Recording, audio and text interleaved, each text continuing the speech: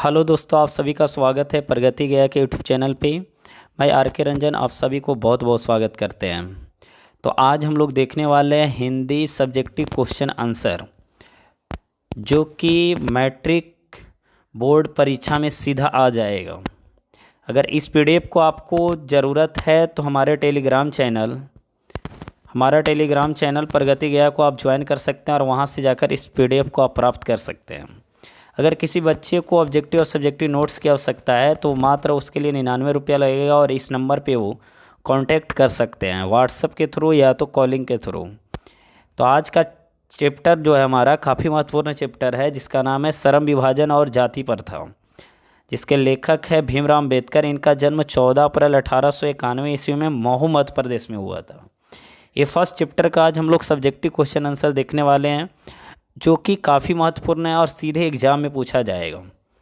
तो आज का पहला सवाल जो है वो आपकी देखिए स्क्रीन पे है।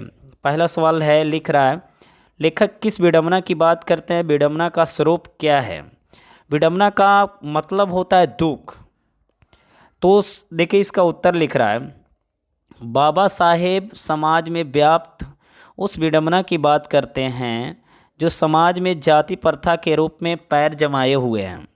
देखिए बाबा साहब को कहना है कि समाज में एक जाति प्रथा है जो विडंबना के रूप में काफ़ी महत्वपूर्ण भूमिका निभा रहा है, जो समाज में श्रम विभाजन जाति के आधार पर है, जो ऊंच नीच का भाव पैदा करता है। देखिए जाति के अनुसार जो काम हम लोग बांटा गया है वो क्या करता है, ऊंच नीच में बांट देता है। जो कि छोटा काम जो है उससे नीच जाति का बोध होता है और जो बड़ा काम है उससे क्या होता है, उच्च जाति। जस्ट लाइक अगर हम समझ सकते हैं कि अगर एक डोम है तो उसको अछूत के रूप में देखा जाता है, और एक पंडित रहता है तो उसे हम लोग एक भगवान के रूप में देखते हैं। आगे लिख रहा है, समाज में श्रम के आधार पर वर्ण व्यवस्था मतलब जाति प्रथा को अस्थायी कर दिया गया है, यही विडंबना का स्वरूप है। उनका कहना देखिए है कि हमको सबसे ज़्यादा दुख इस बात के लिए है कि आज जितने भी काम हैं वो जाति के आधार पर बांट दिया गया है, कि वो काम को वही जाति के लोग करेंगे, दूसरे लोग नहीं कर सकते हैं। यही क्या है, भीमराव अम्बेडकर के लिए विडंबना का स्वरूप है। तो ये सवाल का आंसर होगा। अब चलिए क्वेश्चन नंबर 2 पे हम लोग चल रहे हैं। ये भी सवाल काफ़ी महत्वपूर्ण सवाल है, आपके बोर्ड एग्जाम के लिए VVI सवाल है।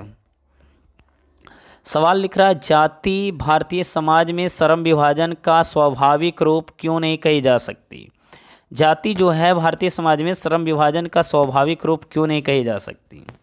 तो इसका उत्तर है, जाति प्रथा के आधार पर श्रम विभाजन सर्वथा अनुचित है, क्योंकि यहाँ श्रम का निर्धारण रुचि क्षमता के अनुसार न करके माँ के गर्भ में ही कर दिया जाता है। अकुशलता और अरुचिपूर्ण होने के कारण यह निर्धारण मनुष्य को गरीबी, बेरोजगारी, लाचारी इत्यादि की ओर अक्सर करता है। देखिए इसका सीधा कहना है कि हम लोग जो हैं काम का बंटवारा करते हैं वो जाति के आधार पर कर देते हैं, जिससे लोगों को क्या हो जाता है कि जो बच्चा अभी पैदा नहीं हुआ है उसको सीधा हम लोग फिक्स कर देते हैं कि अगर वो पंडित का बच्चा है तो वो पूजा ही कराएगा, और अगर डोम का बच्चा है तो वो नाली ही साफ करेगा।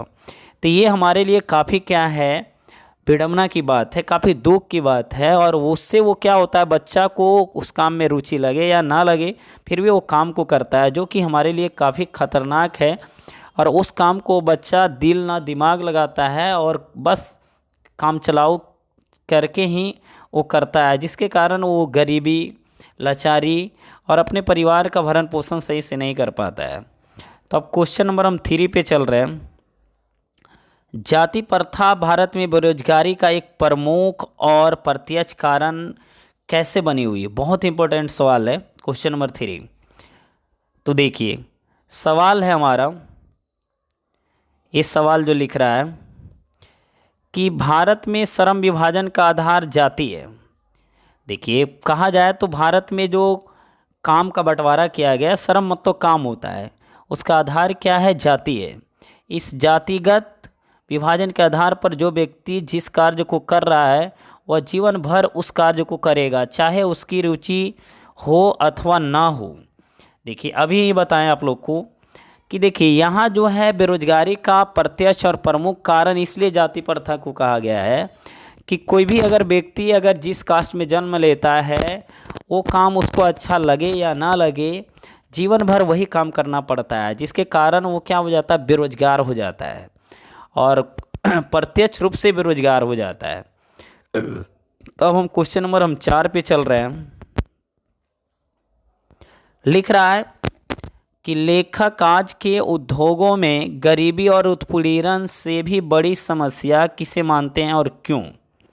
इसका उत्तर है भीमराव अंबेडकर उद्योगों में गरीबी और उत्पीड़न से भी बड़ी समस्या जाति प्रथा को स्वीकार करते हैं। देखिए भीमराव अंबेडकर का कहना है कि आज जो है गरीबी और उत्पीड़न से भी बड़ी समस्या क्या है, जाति प्रथा है। जितना प्रताड़ित लोग गरीबी में नहीं करते हैं उतना से ज़्यादा प्रताड़ित जाति प्रथा के अनुसार होते हैं। जो छोटे कास्ट हैं उससे बड़े कास्ट थोड़ा सा भी वैल्यू नहीं देते हैं, चाहे वो पढ़े लिखे हो या नहीं। अगर कितना बढ़िया विद्वान व्यक्ति है छोटे कास्ट में तो उसका जो वैल्यू है समाज में बड़े कास्ट के लोग नहीं देते हैं। आगे लिख रहा है क्योंकि इस जाति प्रथा के फलस्वरूप व्यक्ति को वो कार्य करने पड़ते हैं जिनके प्रति उनकी रुचि नहीं होती है। देखिए अभी हर क्वेश्चन में आ रहा है कि जाति प्रथा के कारण क्या होता है, व्यक्ति लाचार होकर कोई भी काम करता है, उसे करने में मन लगे या नहीं लगे फिर भी वो काम को करता है वो। तो इस तरह से इस क्वेश्चन का आंसर होगा। सवाल नंबर हम 5 पे चल रहे हैं। लिख रहा है सवाल नंबर 5, लोकतंत्र की ये सच्चे लोकतंत्र की स्थापना के लिए लेखक ने किन विशेषताओं को आवश्यक माना है? सच्चे लोकतंत्र के लिए की स्थापना के लिए लेखक ने किन विशेषताओं को आवश्यक माना है? तो इसका उत्तर होगा सच्चे लोकतंत्र की स्थापना के लिए लेखक ने माना है कि समाज में समानता, स्वतंत्रता, गतिशीलता, सजगता तथा बंधुत्व की भावना जैसी विशेषताएं अवश्य होनी चाहिए। देखिए अगर समाज में आप सच्चे लोकतंत्र की स्थापना करना चाहते हैं तो उसके लिए सबसे पहले सभी लोगों को एक समान देखना होगा, सभी को स्वतंत्रता की समान अधिकार मिलनी चाहिए, साथ ही साथ सभी लोग एक दूसरे से भाईचारे के साथ जुड़ा होना चाहिए। तभी एक क्या होगा, सच्चे लोकतंत्र सफल होगा, अन्यथा नहीं होगा। केवल एक किताबों में पढ़ेंगे कि हम लोग स्वतंत्र हो गए हैं, अभी भी स्वतंत्र नहीं हुए हैं।